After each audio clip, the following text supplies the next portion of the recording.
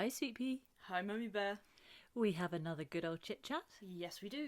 And this episode we're talking to Chris Miller from Grow Cardiff. He's such a nice guy. He's a so really, nice. really nice guy.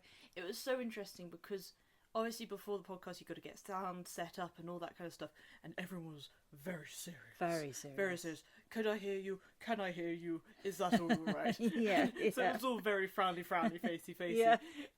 And then That's so true. And so I was like, this is going to be a very serious chat. This can be very serious, like I'm going into a work meeting chat, because I didn't realise. And then, bam, we go into the podcast, and then you just see just the loveliest side of Chris. He just went out of obviously the formal stuff that we're trying to do at the beginning, and then he was just so nice, and he had so much fun. And he was so much fun to talk to as well. He really read the assignment. He absolutely knew what he wanted from his dream garden. There was that aspect of it, but also I got not a bit emotional. I got very emotional. I actually had to edit out my sniffing because he talked about the incredible work that Grow Cardiff does, the work that he does, and I'm getting emotional now, but I just take my hat off to them and everything they're doing and what a service they're providing. Absolutely fantastic. So we have a good old chit-chat about that. And then we hear about his dream garden, and there are some wonderful plants in that.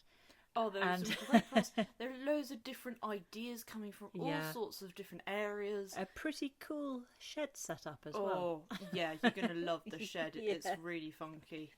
So we recorded this back in the summer. It was. So we were at the earlier stages of veggie growing, but also it was on account of this good old chit-chat that we actually went and did a massive cosmos shop.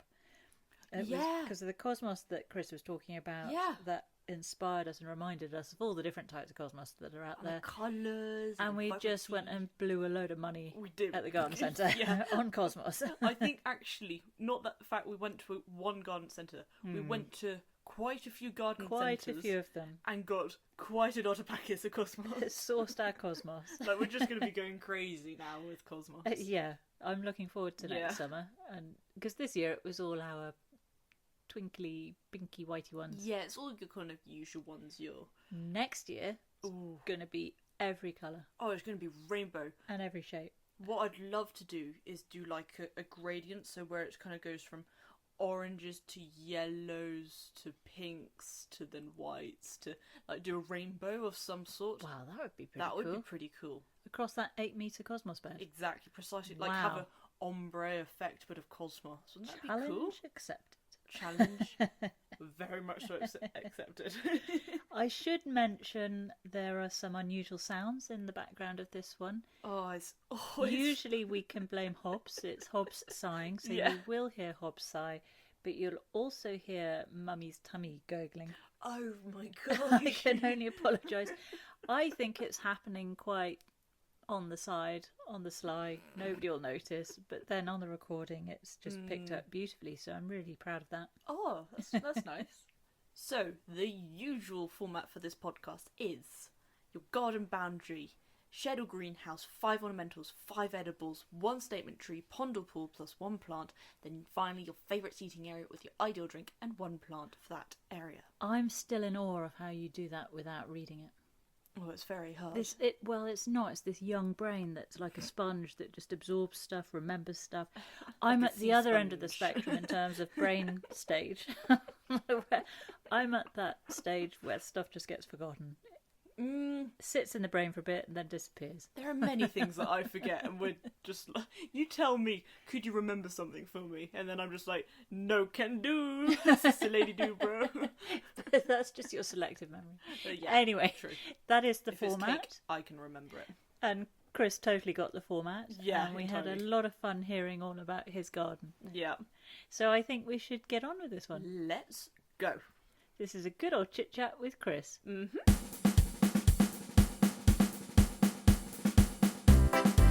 Welcome, Chris, to Good Ol Chit-Chat. Thank you. Lovely to be here. It's a pleasure having you here. Thanks so much for joining us. We first came across you. You were on this year on Gardeners World, weren't you? I think it was episode 7. Yeah, I think it was episode 7. You're right. Early on in the year, and we were really taken by your segment. You were talking about you had previously had astroturf in your garden, and you were lifting all that and laying turf, weren't you?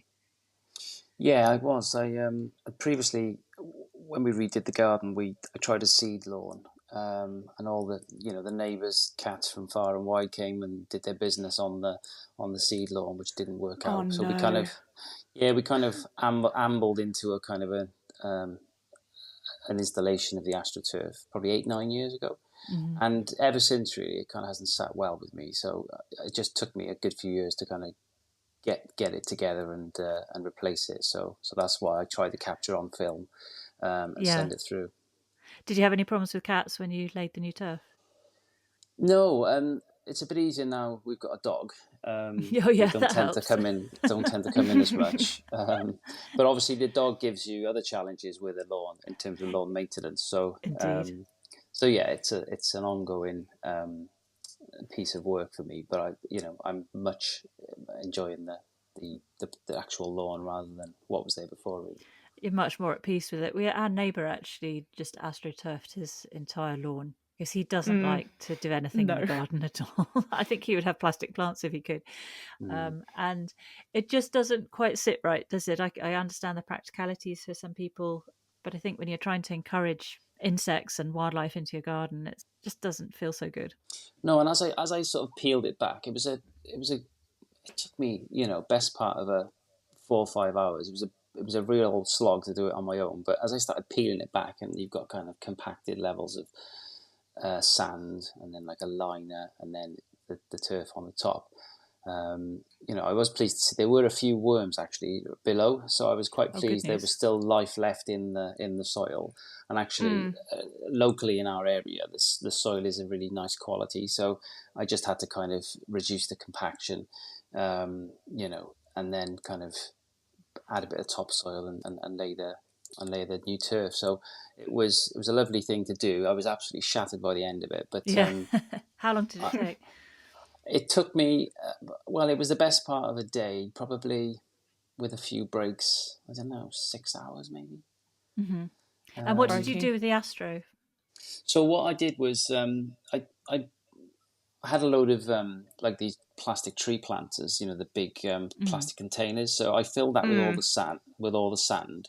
So I was reusing the sand elsewhere. And then with the astroturf, it was in two pieces. So I was able to roll that up. It stayed here for a month or two, and then my dad's had a section on his little patio area just because he was fed up of the concrete, and the other bit's gone down to the shed at the allotment. So I've reused it rather than not even sure Yeah. they would take it at landfill, to be honest. But I don't like you know, said, yeah. it's a positive change for me, and one that I've been trying to make for a few years. And since I've worked in horticulture and kind of in growing projects the last 4 or 5 years, it's become even more important, really, to kind of do Yeah. things, a certain way. Well, talking of that, yeah, I don't think it was mentioned, was it, on Gardener's World about your involvement with Grow Cardiff? But we did a little bit of snooping after seeing you and wanted to find out more about what you were up to, and saw that you're involved with Grow Cardiff. Can you tell us a bit about that? Yeah, I wondered how you found my email. Was that a bit of snooping? A bit of super sleuthing. Some Yeah, call it so stalking, but She's very good at it. so yeah, we do. I've worked for the Grow Cardiff. We're a charity based in South Wales, and we do a number of different things. We run community gardens across areas of the city. So we've got 4 of those that we manage. They're generally on NHS sites or attached to community centres where we can work with the local community to, I guess, along the principles of social and therapeutic horticulture. So health and wellbeing sessions with people from the community, staff at GP surgeries, and the idea is that GPs can prescribe people to come to the garden. brilliant. A lot of people come to us as they just pass and get chatting with us and kind of self-refer, if that makes sense. But yeah, we run weekly sessions across those sites, and I kind of coordinate those 4 gardens, and I run one of the gardens myself with a couple of colleagues. So we do that, and that's the main part of my job, which I really enjoy. Prior to that, I did a lot of work in education, and we worked with a lot of primary schools across Cardiff. So we were teaching children and teachers to grow their own food, from seeds, building wonderful. habitat for nature and things like that. So learning how to compost, setting up wormeries and things. So did that for probably 2 years of the 4 years, and I just fancied a little change. And whereas I was doing some community work and some school work, I kind of put it all into the community Into the aspect, community which I'm stuff. working in now. Yeah. How many hours do you do in the community with the community stuff? So, I mean, the coordination aspect is a full-time job, but we run. So we basically do like a 2-hour morning session and a 2-hour afternoon session at our sites. We've just started a 4th site recently, but actually, working with people in gardens, it's sort of 4 times a week and a number of hours each time, if that makes sense. And are you finding more and more GPs are prescribing getting out in the garden and gardening? Or is it still a bit slow to take off? Yeah, I'd say it's still slow to take off, really. The new garden, we've got that kind of impetus and a kind of real push to get people referred. So in terms of examples of numbers, probably 10 people referred in the last 10 weeks. So maybe one person a week. Okay. And how actually, long do people stay with you? Or is it just ongoing? It varies very much. So we've had some people be in our groups and in our gardens for a number of years. It's a vital part of their week and how they build their kind of pattern of their week. Other people come for short stays, maybe just a month or two, and then they go off to other things. And then 1 or 2 people give it a try, and maybe it's not for them, or they're not quite ready to come and engage in that kind of social and community aspect. And we might not see them again. So it's a real varied mix. And so we had one gentleman that came, and he'd lost his job. He was very stressed, and he spent a few weeks kind of processing that with the group and with us, and kind of talking it through. And I think after about 2, so he found another job, and he was such a handy person to have in the garden. He was one of those guys that likes a physical task, tries to fix things, and often you have a real mix of people in these groups. So some don't want to do the physical tasks. They prefer to sit and chat and have a cup of tea. Others that really want to get a good workout because, they're having trouble sleeping and they might want to, just tire themselves out for a sleep. And this gentleman, he really helped us to kind of transform some of our raised beds. He always had a little project and putting shelving and things like that. So, we kind of combined DIY projects and arts and crafts and some gardening and some, socializing with everybody. But he did find a new job, and, he wrote a really nice kind of piece for us because he was just grateful that he could kind of, I guess, process what he was going through with his old job when he lost his job in the garden. And so it's a safe place for people just to be able to share what they're going through in a kind of, in a communal setting. And for lots of people, that's all they need is to be kind of listened to, and then they can kind of move on and stay in touch with us then really after that. It's such an incredibly positive initiative, these community gardens, and also doctors referring patients to gardens. But it sounds like also you are a therapist, because you say these people they're talking about their concerns. And do you have training in do you have a therapy background, a counselling background, or you're just there to chat and an ear for someone to talk to? I mean, I've prior to coming into kind of horticulture, I've always sort of worked in kind of third sector so I've worked in housing and homelessness. I've worked with young people that have left care and are kind of finding their way into independent living. So I've always worked in an environment where you do have to listen rather than talk, if that makes sense. So and I think we've recruited a couple of people recently, and one of the key things about us recruiting people is that kind of feel you get for people in terms of how their personality is, and are they going to fit into this team? Are they going to be able to be in a setting with lots of different people with different needs and expectations, and be able to be comfortable in that environment, if that makes sense. Yeah, it does. Yes. To know when to listen and to know when to just kind of maybe, because it's tricky, because you naturally want to give advice to people, but sometimes they don't need advice. They just need to talk through what their issue is. Absolutely. So I've learned over the last couple of years to kind of talk less and listen more, and then that's kind of something that you just learn as you go along, really. Yeah. And so what about you? Do you have someone to talk to? Yeah, I mean, we have a really good system within the charity really, where we regular one-to-ones with my line manager and my colleagues. So we always have that opportunity to kind of, whether it's vent or whether it's have that feedback sort of loop with people. Yeah. And of course, and my wife, she's actually training to be a counsellor at the moment. Oh, perfect. And has been for the last, I think, 3 years or so. So she's kind of just going ahead to do the level 4 counselling.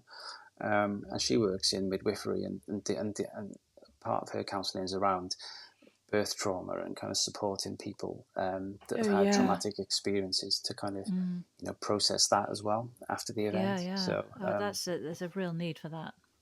Speaking from personal experience. Yeah. There was a doctor on Gardener's World, I think possibly, or maybe it was in 2023, and he was in an inner city garden. He had the most beautiful garden. And he talked about how he is always prescribing gardening, getting out in a community garden to his patients, and he gets only positive feedback and returns on that. So yeah, we've had people come to us that they said the first thing they say is, "I'm not a gardener, don't know what I'm doing," and actually that's don't need to know. That's probably the least important thing, because the most important thing is it's a space for people to. So we take a very much an approach that people bring skills into the garden as opposed to, and then they learn with us as we go along, and we do say to them, we're kind of still learning as well, but we just try and give people a space to, be themselves really, and that's kind of the key thing. Yeah, absolutely. Is Grow Cardiff part of a more national thing? No, I think there are probably versions of what we do in other cities. We're very much based.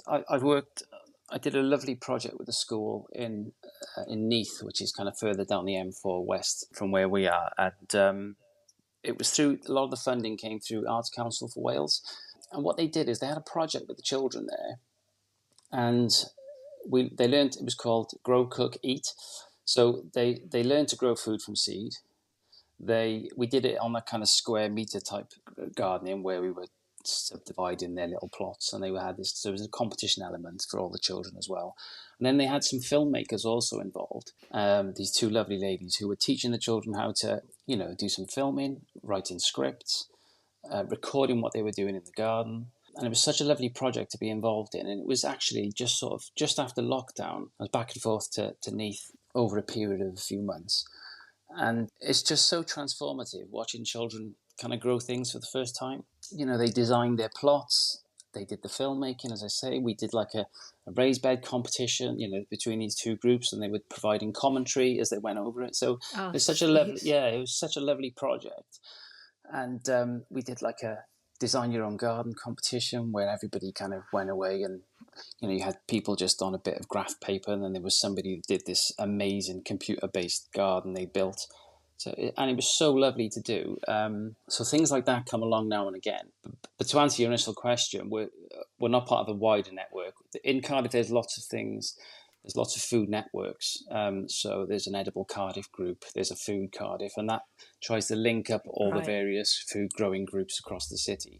I see. So we're part of a wider network, if that makes sense. Yeah. But we're in our own little, green space in Cardiff at the moment. So and that's plenty of, there's plenty for us to do as we are now, really, as well. That sounds fantastic.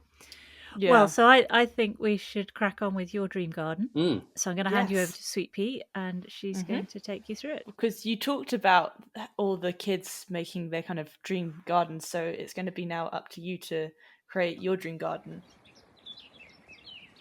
So to start off with, what would you like as your garden boundary? So surrounding your dream garden, or you could not have one at all. I think I'd have one. I like the kind of privacy gardens often give. Yeah. And it's in our urban settings. Our community gardens are on urban settings and kind of wide open on the street. So we've had to kind of build privacy into those gardens, if that makes sense. So I think for my personal dream garden, I'd probably have like one side would probably be kind of like a nature hedge, like a native hedge. So hawthorn, hazel, dogwood, crabapple, and then maybe some honeysuckle or ivy or something, just kind of blended in. So it's kind of like a really dense kind of boundary. A real full of entanglement of yeah, different plants. yeah, full of wildlife. And we've been experimenting recently with coppice and hazel at one of our gardens, where we found some in the border.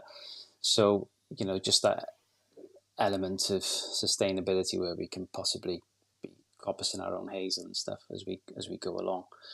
So I think I'd go for that as maybe one side, and then I really love yew hedging as well. So I think Oh yeah.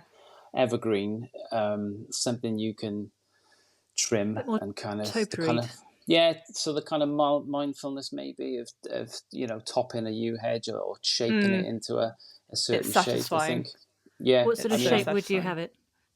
probably I do like straight lines, but I'm becoming more flexible with that as I get older, really. So, I've my in-laws live in near Torrington, so we go to Rosemore quite a lot, and they've got these really tight-clipped, straight-edge yew hedges around their kind of various gardens, so Yeah. garden rooms, effectively. So I Yeah. do love a straight edge, but yeah, I don't know. I think I just learned to get a bit wavy, I think, as it goes along. So we've got a Cool. native hedge down one side, a toperied wavy yew hedge down the other. And Yeah. what would you have as kind of your end boundary? I think I would. So I don't know. Depending on the aspect, I don't know which one would be where, but I'd probably have like an old-fashioned kind of Victorian red brick wall, if that makes sense. You Oh, could, lovely. yeah, you could train Yeah. some espalier or fan the fruit Mm. trees along. So it would be, the three together would be really unusual, but It'd be lovely, it's though. yeah, The yeah. So variety. I think I would go with something like that, really. There's a few locally in Cardiff, and there's a walled garden in the nursery at Bute Park in Cardiff, where they used to do the RHS show. Oh, okay. Oh, okay. I think I might know that. Yeah, so it's right next to Cardiff Castle, Right. near the River Taff, and yeah, there's a nursery there where they grow all the kind of bedding plants for the parks across Cardiff, and we've got really good relationships with them in terms of Grow Cardiff. So just such a lovely space where you've got the heat from the walls, and there's birds everywhere, and yeah, so I think a nice red brick wall Lovely. to train some fruit trees up. I like that That a lot. sounds really, really nice. I love that. Brilliant. So now to go on to what's going to be in the garden in itself. Do you like a shed or would you like a greenhouse? So I've got a shed at my allotment and a greenhouse at my allotment, and at home I've got a kind of shed that I've kind of created. I've got like a bar shed that I built a couple of years ago. Oh, So that's it's kind cool. of Like a tiki bar. So yeah, not a tiki bar. It's a bit more traditional than a tiki bar. Yeah. So it's more of a beer shed, if anything. So I've got the TV out there and the fridge. The idea was I was going to grow loads of mint and get some cocktails going, but I haven't quite got around to doing that yet. But No mojitos. no, not yet. But I'd go with a shed, I think. And you would Shed. have a TV in your shed? So it's a shed with an open hatch, so you can sit at the hatch. You can watch sports on the TV, and you can have a drink. Brilliant. That sounds great. That's so cool. Plus a little kind of mini bar almost. So I'd go with a shed, but what I would do is, I haven't quite done it with mine yet. I'm planning to have a sedum roof on the top. Oh, brilliant. So if it's a dream garden, I'd go with like a sedum roof. I'd try and have like a some beehives or something somewhere around as well. There's a few rooftop bee gardens around the city. Oh, really? Yeah, so I think I'd go for that, and then ultimately I'd love to kind of. So one of my neighbours has got some brewing kit. He's a German, so he used to brew his own beer. So I think if I could grow my own hops and brew my own beer in my bar shed, I think that would be the dream. The dream, really. Wow, that sounds amazing. We haven't had that before. This is perfect. Yeah. And you said about beehives. Do you have any beehives in any of the community gardens? We don't in our sort of 4 urban settings. So we were also involved in a larger community garden site at some permanent allotments, and we do have bees there, and we do have beekeepers that come along and manage those bees. Oh, that's cool. So yeah, so we have had bees, but I haven't. I'd love to do the training. I'd love to kind of know how to deal with those. So far, I've just had a few solitary bees and things in the garden, which is enough of interest for now, really. Did you get a lot of Yeah. honey from those beehives? Yeah, they were producing quite a lot. We've I was there last week, and but they weren't behaving very well last week because there were people strimming on the other side of the boundary. So Oh no. there were contractors working, so everyone had to sort of move away from the bees because they were getting really stressed out, really. But Oh, poor things. What do you do with the honey?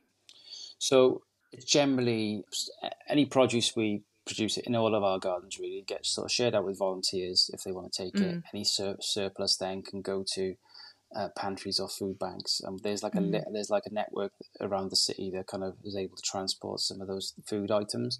And in one site I work at on a Monday, they do this food share meal. It's probably across the UK actually, but they take surplus food from supermarkets and they produce like a real high quality three course meal for free. And they have 40, 50 people every Monday from the community come and sit and eat together. And that's brilliant. That food would have gone to waste otherwise. Gosh, that's fantastic, isn't it? That's brilliant. Cool. So now we're going to get on to my favourite part, which is about the plants and the 5 ornamentals for the garden. Your favourite ornamentals. What would your first one be? I think for me, I've sort of had to think about this quite a bit, really, because I've been learning as I'm going along the plants I enjoy more, and I'm discovering things as I go along, really. So I'd probably choose for the kind of winter semi-evergreen is the Daphne, with the scent of the Daphne. Oh, yeah. So I called to see one of our trustees at the charity back last year it was, or in the winter, and I stood outside the house and I was thinking, what is that smell? I could smell something so strong and perfumed, and I could not. And then I turned around and saw this big bush, shrubby bush in the front garden, and it smelled incredible. And wow. Then this lady was like, "Oh, that's my Daphne. I've had it for X number of years." And I thought I've got to get some of those in the community gardens so that actually people coming in the winter, when there's not a huge amount going on, they can have that hit of scent. So I'd definitely choose one of those. So that's kind of a pinky colour flower, isn't it? And yeah, it is. So that's winter flowering. Do you know from when till when about? Well, this was in a cold, wet February, I think it was. So oh wow. I think it was really early in the year. So I haven't got one in my own garden yet, but I'm hoping to do a bit of research and get some for the community gardens. But I've noticed when I've looked, you can only really buy them in 9 centimetre pots. The ones I've seen, you buy them for say 2 for £20, and that's not going to grow for a few years really. So I might have to try and buy an established one somewhere, so you get that kind of instant impact really. Fantastic to have some winter interest and also it's so scented. Yeah. And I think moving on from there, then I'd probably choose like a camellia for that kind of early spring colour. That kind of those flashes of colour that come from nowhere. Really, they're just there all of a sudden. Yeah, they're amazing, aren't they? I mentioned Bute Park earlier. As you walk through Bute Park along the river, that you take a little detour and you walk through this kind of scrubby sort of pathway. And every spring it is full of camellias, both sides, different colours, different variegated, some of them. And so there's one I was looking at, it's called Pink Perfection, and it's just like a perfect flower. So I'd probably choose something like that. And again, the kind of evergreen leaf and the structure that gives you in the winter. The only frustrating thing about the camellias is once they start dropping the flower heads, it's quite tricky to sort of stay on top. They start to look messy quite quickly. Bit scraggly for a bit, aren't they? Yeah, a little bit. But I think I'd definitely go for one of those. And also they generally need ericaceous earth, don't they? They need sort of acidic soil, don't they? Yeah, so the area in Bute Park where they are, there's lots of kind of fir trees and other things that that kind of live in acidic soils, and they do so well there. And it's a real kind of lovely spring walk through that park, and you see all the different colours as you come through: the reds, whites, yellows, pinks.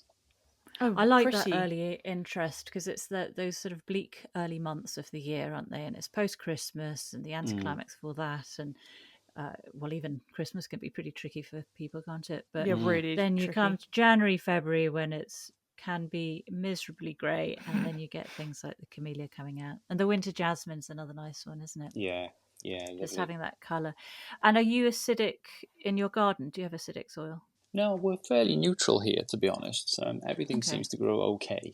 I mean, this year I think has been a tricky year for everybody in terms of veg growing, and it's been challenging this year with very wet spring and lots of slugs and snails, which is obviously highly publicised everywhere in terms of this year being quite a freak year for that. But so yeah, fairly neutral soil really. Okay. You talked about slugs and snails. Have you noticed a dip in insects? Because Monty mentioned it at Gardener's World. A few people we've spoken to around the country have noticed fewer insects this year.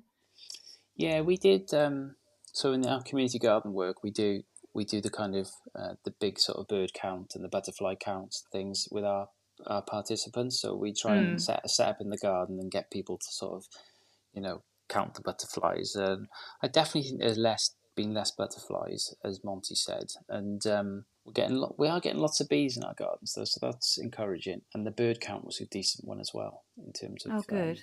The numbers we counted. So again, it's a little microcosm snapshot during that hour, but I think definitely less butterflies around, I would say. Okay. It's such a shame. Right, what would be your third ornamental? My third choice would be cosmos. So I think the variety of flowers and the kind of the long flowering period, with the deadhead in, is, I think, something that's really great about that plant. You get the height from it and you get the foliage. I ordered some seed a few years ago, and I grew a variety called Lemonade. It's like kind of a really soft yellow. Oh, wow. Lovely. With like a white tinge. Really beautiful flower. But I sowed a whole pack of these seeds, probably, 30 in a pack. And I only ended up with one good, healthy plant. Are you serious? Oh my gosh. Which was quite frustrating. But that in itself then generated lots of seed. So I was able to kind of, save some of that and dry it out. So yeah, Cosmos Lemonade I think I'd go for, but it's a lovely one, I think. There is a massive variety. I didn't realise that so much until this year, where I always just thought you got your kind of pinks and what's that seashell mix, isn't it? That we get from the Garden as Well magazine, and various shades of pinks and whites and sort of stripy pink and whites. And then there was a woman on Garden as Well, and she had these cupcake cosmos, which were just extraordinary and didn't look like a cosmos where all the petals are fused. And then also we've seen orange cosmos. Yes, which I really want to get. Now you've mentioned these lemonade ones, so I think we need to go on a little cosmos seed hunting mission, Sweet Pea, because get some more varieties in our garden. Yeah, because it's an absolute love of mine. It's become my craze for this year, because we've always had trouble because the veggie garden is separated from then the flower garden. All the pollinators just go to one side, and therefore you get very little pollinated in the veggie garden. So I decided to kind of make a bed right next to the veggie garden, and I just sowed a whole kind of 8 meters of cosmos, and they're flowering prolifically at the moment, and it is amazing. You just hear it buzzing. It's amazing. Yeah, it's alive, isn't it? And like you say, Chris, they have a long season and they just get bushier and bushier and more floriferous, don't they? Yeah, no, I think they're just like a staple now in some of our gardens, and we're trying to experiment this year with cut flower borders, which we've never done before. So we're having these little posies of flowers that we can cut and people can take, or we can leave them in. Oh, gorgeous! In the community centre, and so we had a big redesign across the winter in one of our gardens. We had some funding to be able to landscape and put some accessible pathways in. So it gave us a real blank canvas to kind of completely redesign the garden, which we've done in a kind of co-produced way with our volunteers. So we've got this border now, which is full of kind of flowers and things. It's actually no cosmos in there, so that's something for next year for us to factor into the planning. Yeah. So we just thought we'd see how it goes this first year. But we've got some sea hollies in there. We got some. Do you have any bulbs in your cuttings beds? Yeah, we had some early bulbs we put in, like some sort of tete-a-tete daffodils and things. So we were quite late because we did it. We transplanted some bulbs from pots into the border sort of later than you would normally. But from this autumn now, we've got the bulb catalogues out to go through, and we'll be getting people to choose things they want to grow, and then we'll be buying them in and putting them in for next year, really. That's the plan for the autumn. I love that, trawling through the catalogues and deciding what bulbs we're going to get. It's the best thing ever. Good. It's our favourite winter thing to do. Yeah, we got one up this week actually in the garden for people to look at. So But people get kind of almost like there's too much choice in Yeah. terms of, you know, It can be like that. yeah. So you've got to say to people, I'll well, have look, them just all. choose one, and we'll order it. So How lovely to take cut flowers away. yeah, as I well. think it's started with sort of forget-me-nots and other things. We're learning along the way though that some things don't hold their shape brilliantly, and they kind of lose their petals everywhere, and people get a bit frustrated with that. But it's a kind of trial and error thing, really. But then you can do pressed flowers with those ones. Yeah, we've been drying some lavender this week and last week to make little cloth bags, sort of scented bags for people to take home as well. Oh, lovely! And we had this gentleman who's 93 actually got referred to our service. Whoa. He didn't want. He said, "I've got no interest in gardening at all." So we're like, "Okay." And he said, "But what I do is I make these little cloth bags, and he makes scrunchies. So he makes scrunchies for the NHS. He makes them with elastic on his sewing machine in his living room. And I went to see him, and he showed me how he did it, and then he would basically take them to the hospital, and people could just have them or put a donation in the box. So he made us some scrunchies for the garden. And then recently he's made these little bags that we can put our lavender in over the kind of autumn. What a dude! Yeah, amazing. That's amazing. So cool. Right, what's going to be your fourth ornamental? My fourth one is I'm sort of late on this one, but grasses really. I've never used to be a fan of grasses, ornamental grasses. I think I just didn't appreciate them. But as I've gotten older and I'm in my late 40s now, I don't know. The more I go and see, whether it's Rosemore or whether it's Dufferin Gardens in Cardiff or other places, the more I see and especially actually watching Gardener's World and watching the grass move around in lots of these beautiful gardens they show. Yeah. So I've gone for it's a feather reed grass. It's called Carl Forster. Ah. So it's quite a tall. It looks quite a dry kind of grass.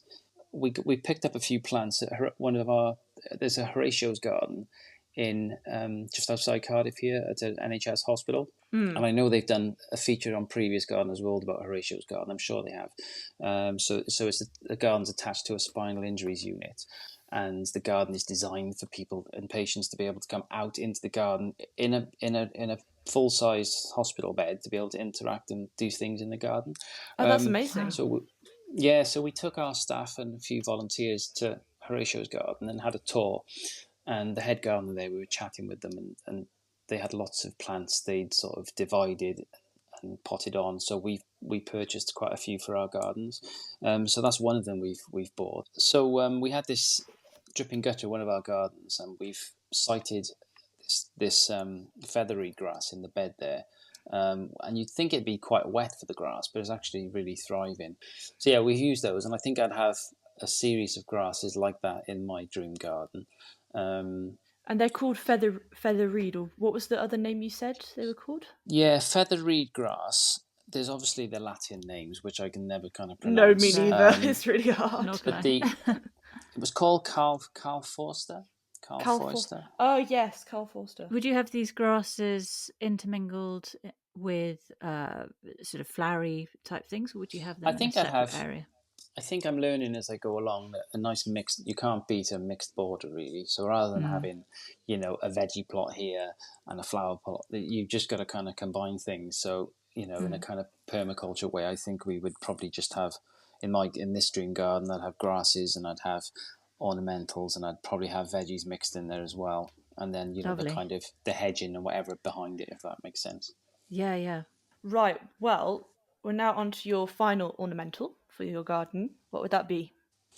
I've gone with a teasel, actually. I think so. Some of our river walks around here, there's lots of teasels everywhere, and I think that kind of winter structure you get, and when the kind of low winter sun is out, and you've got teasels kind of there, and there's bits of cobwebs and dew on the cobwebs. It's really pretty. Such a lovely sight, and you've obviously got the interest then with seed heads and for birds and things. So I'd probably go with a teasel. We've got one or two in our community gardens, but they haven't quite taken hold yet. So you get the odd one. It looks a bit odd when they're kind of on their own, but when they're in part of a nice mixed area, I'd probably go for something like that. Really amazing that they haven't taken off, because usually they're quite a spreader, aren't they? Yeah, like a bit of a thug. Yeah, I think it's this is the thing you learn about community gardening is that you can't have.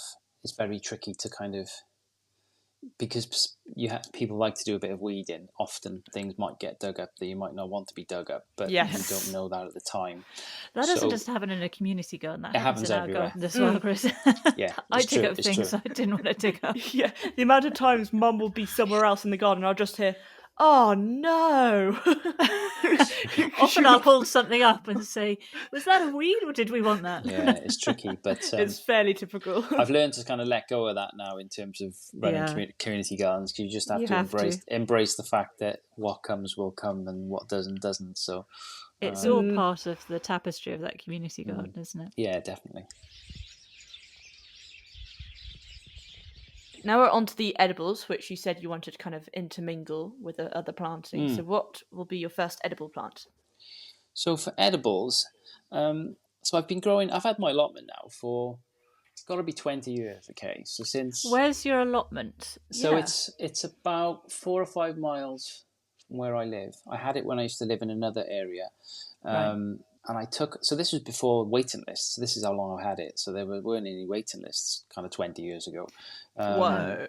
Unimaginable now, isn't it? Yeah, no, absolutely. So that's a well-established veggie. I've only got half a plot. Half a plot is more than enough.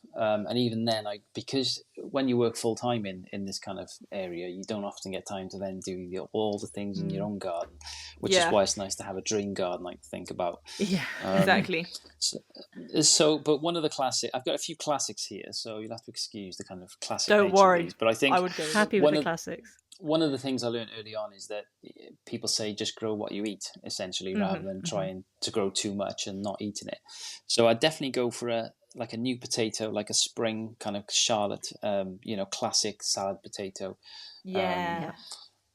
That's definitely on the list as a kind of number one. A nice clean potato as well, isn't it? Yeah, absolutely. Oh, no, it's fantastic.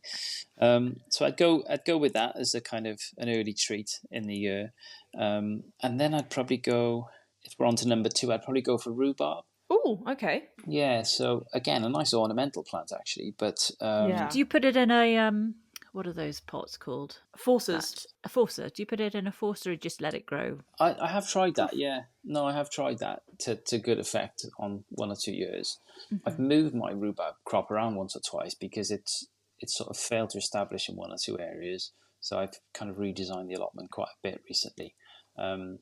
So I think I'd go with rhubarb, and then you've got the option of just kind of your puddings and your crumbles. Well, I was going to ask, what do you do with your rhubarb? Yeah, so I would probably heat it on the stove with a bit of brown sugar and a bit of water, and then kind of bring it into a nice kind of texture. Goo. Yeah, nice goo. Yeah, gooey texture.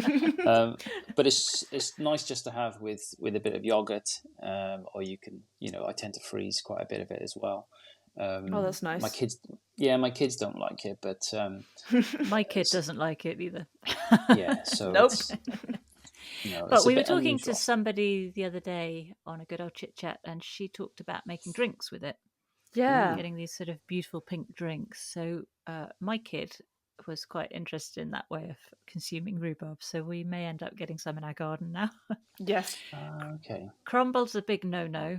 But I do think there are other options. Rhubarb ice cream, maybe? Oh, yeah, that's a nice one, actually. Yeah, I think, for me, I love crumble, so that's the choice, basically. Yeah, absolutely. And then, whilst we're talking about chefing, what do you do with your Charlotte potatoes? Yeah, fairly traditional, really, either in a potato salad or just with a bit of butter and salt. Oh, yummy. Yeah, Yummy. It's making me hungry for potato salad now. Yeah. What's going to be your third edible? Again, sticking with the traditional theme of a kind of early summer strawberries. I haven't been brilliant this year for strawberries, but no. We had a few at the allotment, which I really enjoyed. Brought home with a bit of sort of fresh cream. Yummy. And I think, actually, last week, I think it was, Monty was saying, wasn't he, about the kind of excess foliage on these strawberries? Yes. Is that what you heard? Yeah. So it was kind of not a lot of fruit, and the fruit that was there wasn't ripening, and that I had that experience a little bit in a smaller bed. But I think you can't beat a fresh strawberry from a plot. We're having that problem with excess foliage and not much fruit with some of our other veg actually this year. Yeah, it's just Okay. gone mad. Courgettes, case in point. Mm. Not sure what's happening with the pumpkins either, but No, they seem to, because the plant in itself looks so healthy, and you're like, oh, brilliant, it looks amazing, foliage, really lush green, but then the fruits aren't ripening because that's a completely different kind of nutrient balance. Yeah, that's true actually. Yeah. So maybe need to look at that or move them or something, or put them in containers. But this is a dream garden, so it's okay, isn't it? They'll be in the right all the spot. nutrients will be there. Yeah, Yep, Exactly. absolutely. And the weather will be absolutely perfect at exactly the right point of the Yeah. year. That'll all be fine. Minimum slugs. Yeah. What's going to be the fourth edible plant? I've gone with a tomato, and the tomatoes I've chosen is something we grew last year in some of our schools, and it's called a chocolate pear tomato.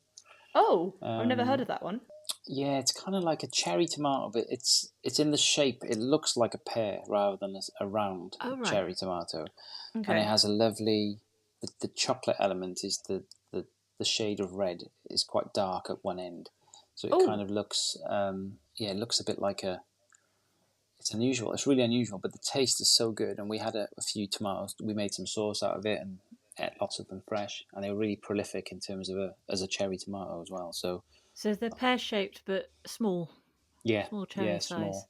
Mm-hmm. And you say at one end the colour is kind of a deeper red, so it's kind of ombre to the other end of pillbox red, or it's really difficult to explain. It's like a deep red. It's almost burgundy in some ways. So it's not like a.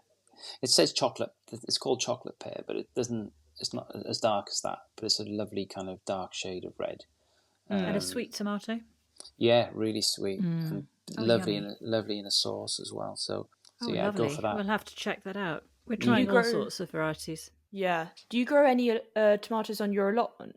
So we grew them in schools, but we also had one of the perks is you have lots of seeds, so you kind of have a few for yourself for your allotment, and so I grew them there, and they were in the greenhouse actually. So it was a variety that needs the extra heat, and warmth.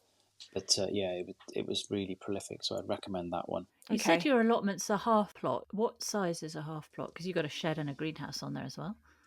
Yeah, so the old method is perches, isn't it? There's so many perches. That's how they describe it in terms of the measure of the length. So, but in metric terms, it's probably about 5 meters wide. So it's fairly narrow, 5 meters wide by about 25 meters long, maybe. Wow. Ooh, okay. And that's a half. But that's half a plot. Yeah, if you think about plots, I don't know what like in your part of the country, but most plots traditionally are huge actually. So in that traditional sense, but half a plot is more than enough for me, and even then I'm struggling to manage it, if that makes sense, in terms of being there as often as I can. So I wonder now if most plots that I see are half plots, because they're that sort of size that you mentioned, 25 meters by 5 meters. I can't imagine plots bigger than that. No, that's impressive. That's there's more people than on enough, isn't it? Yeah, I mean, there's people on site with 2 allotments, 2 long ones as well, because people have, have kind of had an extra plot, and then if you're retired, then it's probably easier to manage. So, but you're talking sort of 500 meters squared, aren't you? With full size plots. I'm estimating 25 meters. It's you'd have to look back and see what the traditional method of measuring is, and the standard length. Really, we'll look that up and put that in the description of this podcast. I'll also be putting links to all these places you're writing. I'm frantically writing down Rosemore, Green Park, Horatios. Daffin Gardens you mentioned in Cardiff as well. Yeah, it's just outside Cardiff, Daffin Gardens. Yeah. Right. Well, now it's going to be your final edible plant for the garden. And what is that going to be? So I've gone with a sweet corn variety. It's a classic sort of. The variety I've gone for is early bird. So we've grown a few varieties of sweet corn at plots and the community gardens, and we're looking forward to some now. We've got growing in one of our gardens. So I've always grown it at my allotment, that or similar varieties, and it's just one of those special things, really. Of kind of being able to, harvest it, take it home, and have it that day. Once or twice I've missed missed the harvest, and I've got to it a little bit late. Oh, what And does then it do when it's yeah. late? I've never seen one that's kind of overdue. Well, the taste is still good. It's just Okay. not as sweet as it is when you first harvest it. So Okay. I think that maybe the sugars turn a bit starchy a little bit afterwards. So yeah, I missed it one time, and a friend of mine said, "Oh, you might want to harvest those." And I said, "Oh, I'll be fine. I'll do it next week." Or, and then a couple of weeks later, it wasn't as nice as it would have been. Yeah. So, Yeah, I get that. It's trouble with gardening. You've got to keep on top of it. you've got to get Absolutely. the timings right as well. And you must never go away on holiday either. No, that's the worst. Yeah, no, yeah. So I think sweet corn would be my final choice, and probably Good a choice. special mention would be sloes as well. So I'd made some sloe gin last year or the year before, Right. so I think that would be a special mention for an edible. Okay, yeah. Drinkable rather than edible. Yeah, sounds reasonable to me.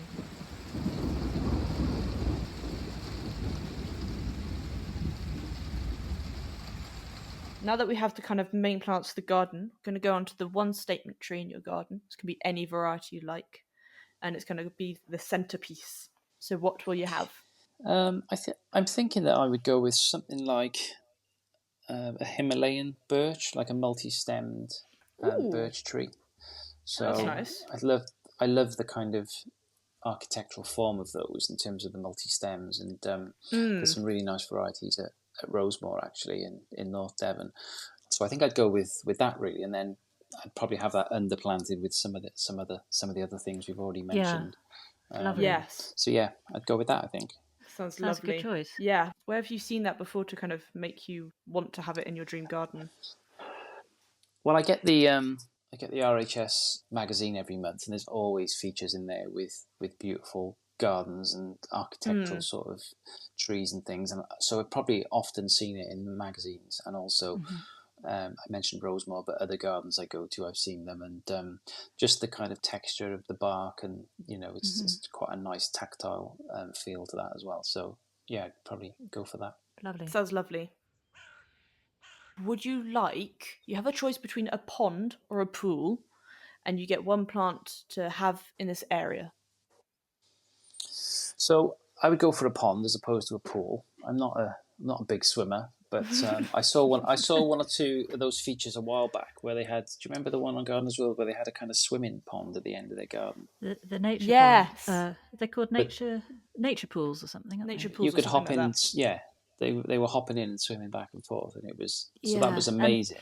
And they have kind of reed beds in which help filter the water. Yeah. I think for me, I I like would the idea go. of those. I would probably go with a nature pond essentially. So Okay. at the moment, I've got a little 30 by 60 centimetre stainless steel pond in my garden. Only a small one, but it's enough for the size of my garden. But I think a larger pond with lots of, as you say, with reeds and different plants around there. Would you have a raised pond or a pond in the ground? I think I would sink it in the ground. I've seen raised ponds and I quite like those, but I think I'd put it in the ground just for ease of accessibility for nature.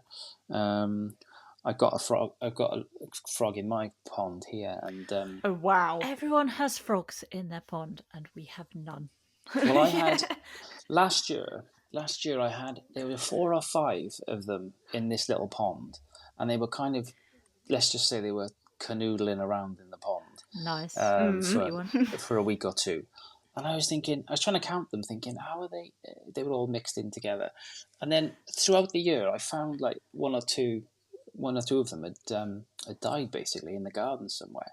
Oh no! How have they died?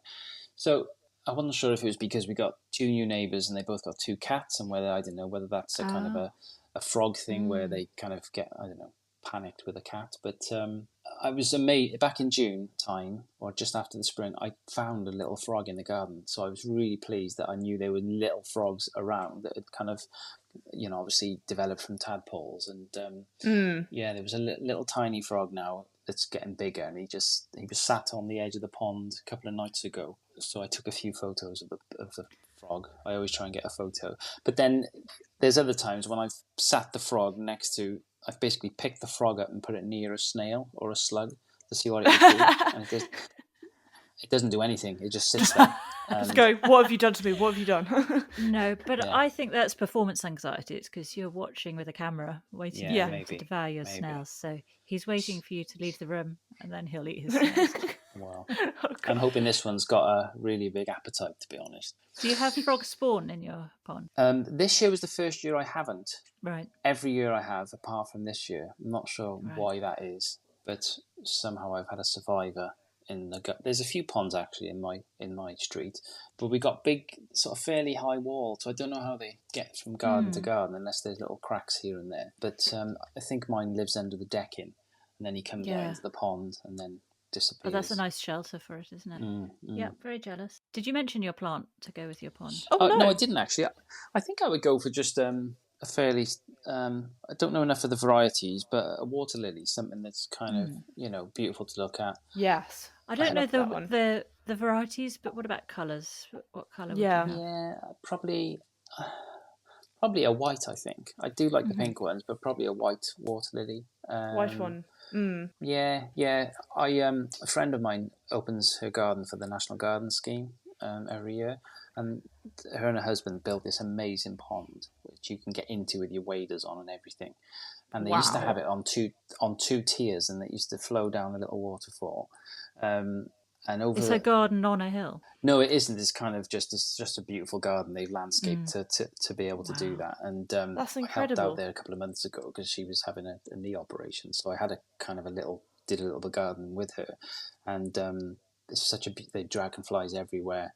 Oh, lovely! And she did have a load of fish in there, but had to get rid of them because there's herons and things flying over all the time, and they were just plucking them out of the pond and helping themselves. So I think for my dream garden pond, it would be a sort of a sunken pond, lots of kind of interesting things like water forget-me-nots and an iris and all sorts of different things.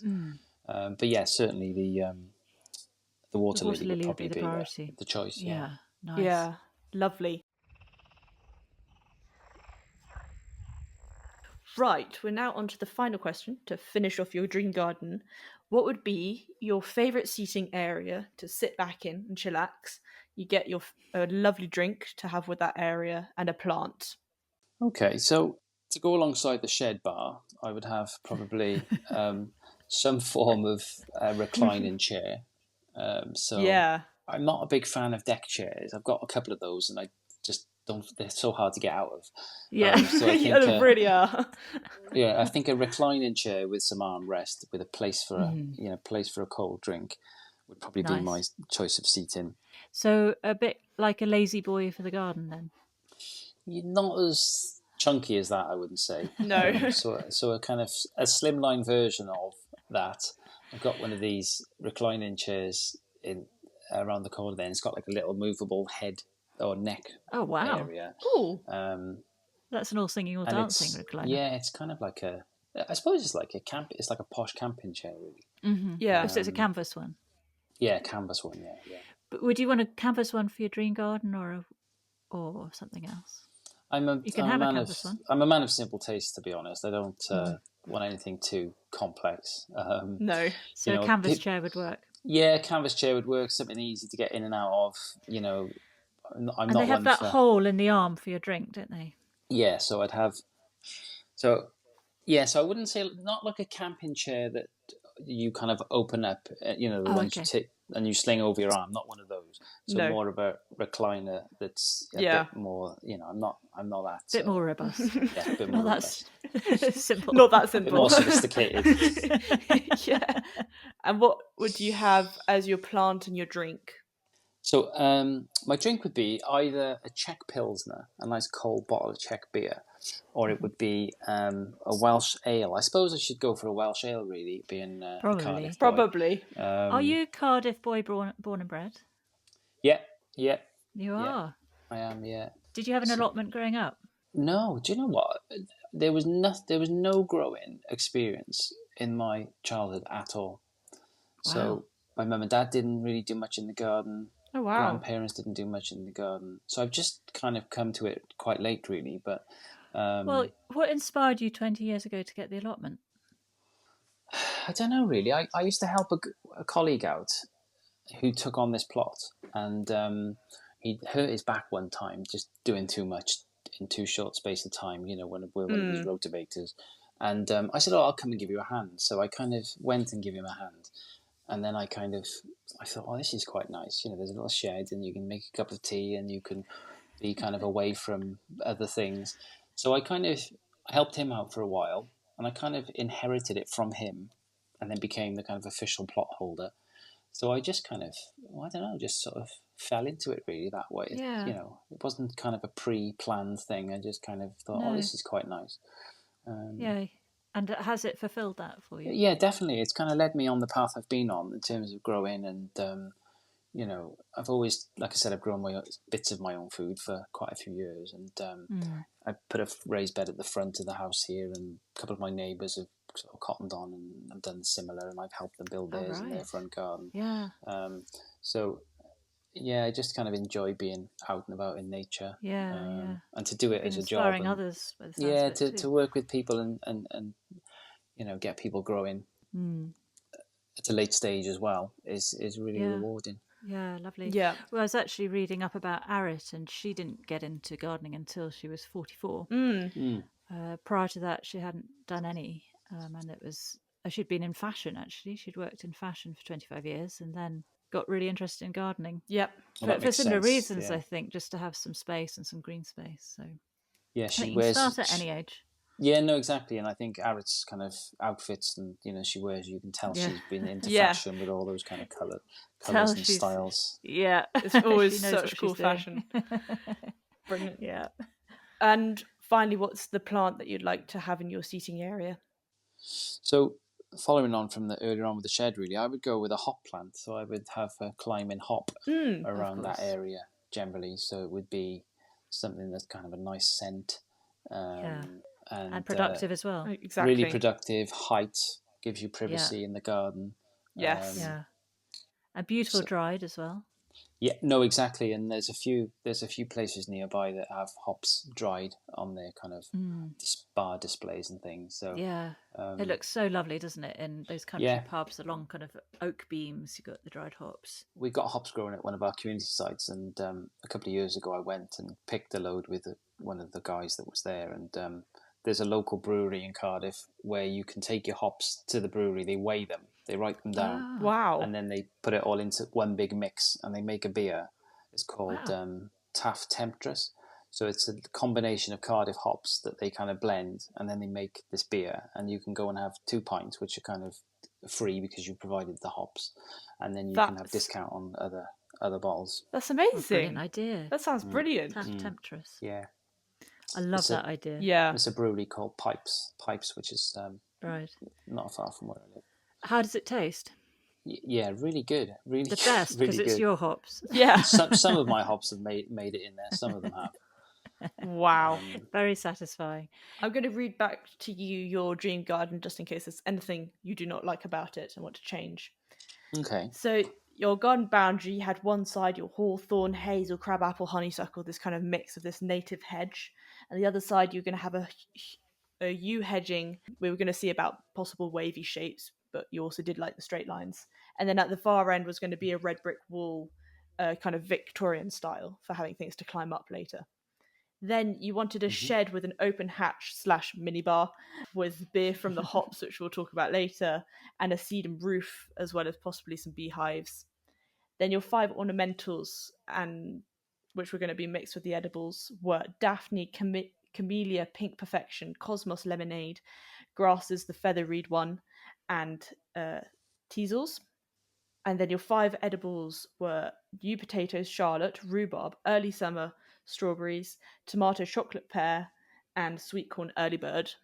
Your statement tree was a Himalayan birch underplanted with some of the other plants in the garden. Then you're going to have a nature pond with some reeds, a water lily, which is going to be white, sunken in the ground. And then at the end, your seating area is a reclining chair, armrests, and a place for your drink, which is going to be your Welsh beer from hops from the garden.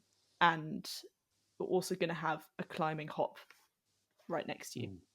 Yeah, sounds quite nice, doesn't it? Sounds Sound all right? really good. That sounds Yeah. pretty good to me. Sounds like Yeah. a very relaxing garden. Yep. Lovely. Well, that's been a good old chit chat with Chris. Thank you, guys.